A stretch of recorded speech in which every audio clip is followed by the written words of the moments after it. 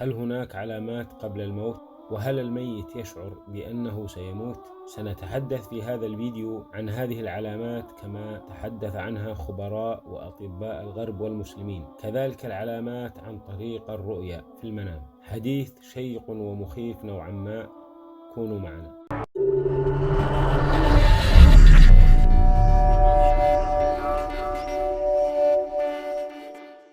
بسم الله الرحمن الرحيم، وبه نستعين. طبعا حديثنا هذا ليس عمن هو مصاب بمرض خطير وعلى مشارف الموت، ولكن عمن هو بصحة جيدة أو مريض نوعا ما ولا يتوقع منه أن يموت، وفي الأخير الموت والحياة بإذن الله وحده ولا يعلم بها إلا هو. يقول بعض أطباء الغرب والمسلمين إن من هذه العلامات تأتي بصورة متلاحقة ولا تتحسن مع العلاج، مثل اضطرابات في النوم والاستيقاظ، فقدان الشهية والعطش وقلة الإخراج، زيادة الشعور بالألم، اضطرابات ضغط الدم ومعدلات التنفس ونبض القلب، التشوش الذهني والشعور بالدوار، شحوب الجلد.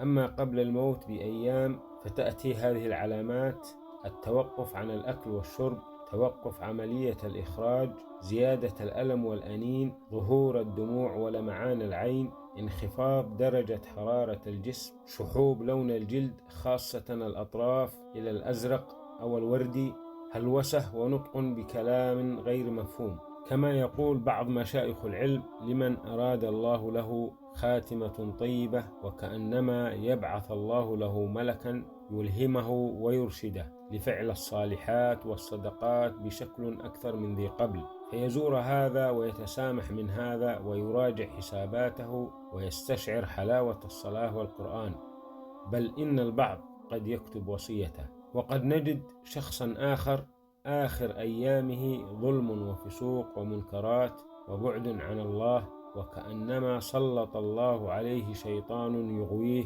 ويضله، وهذه من سوء الخاتمة. ويقول أحد المشايخ إن أحد الأنبياء قال: أترسل لي ملك الموت ولم تعلمني؟ قال تعالى: أعلمتك.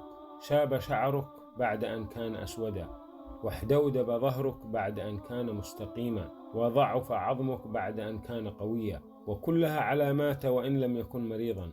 فشيب الشعر وضعف السمع والبصر وتجعد الجلد وتساقط الأسنان وخشونة المفاصل وارتجاف اليدين وتحودب الظهر لأكبر علامات على الموت وإن طال.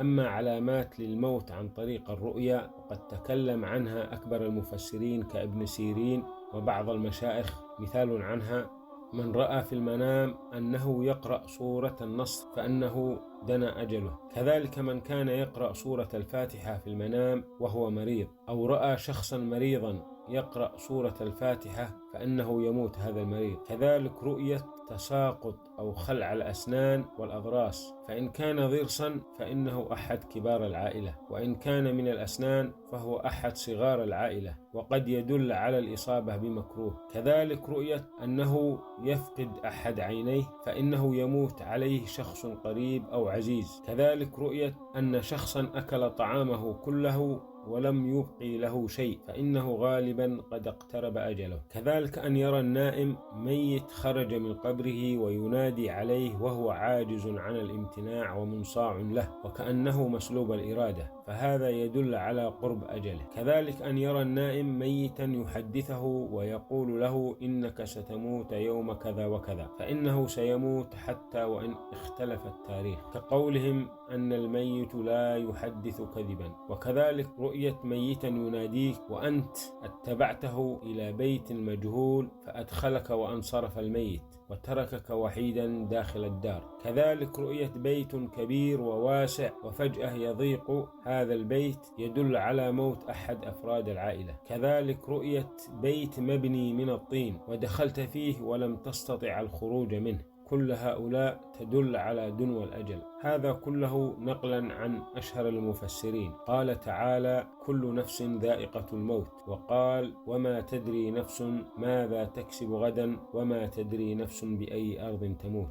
فالموت والحياة بإذن الله وحده فقط، وكلنا نعلم أننا سنموت آجلا أو عاجلا، فإن وجدت علامات أو لم تجدها، المهم أن يكون المرء ذو خلق وأخلاق، وأن يعمل صالحا ولا يظلم أحدا. قال ابن باز رحمة الله عليه: إن الإنسان لا يعلم الغيب ولا يشعر بالأجل، ولكن قد يعرف بالأمارات. إذا رأى المرض الشديد أو الجرح الشديد قد يحس أن هذا في الغالب سيقضي عليه، والعلم عند الله وحده. فكم من صحيح مات من غير علة، وكم من سقيم عاش حينا من الدهر، وكم من فتى أمسى وأصبح ضاحكا، وأكفانه في الغيب تنسج وهو لا يدري. فمن عاش 1000 و2000 فلا بد من يوم يسير إلى القبر.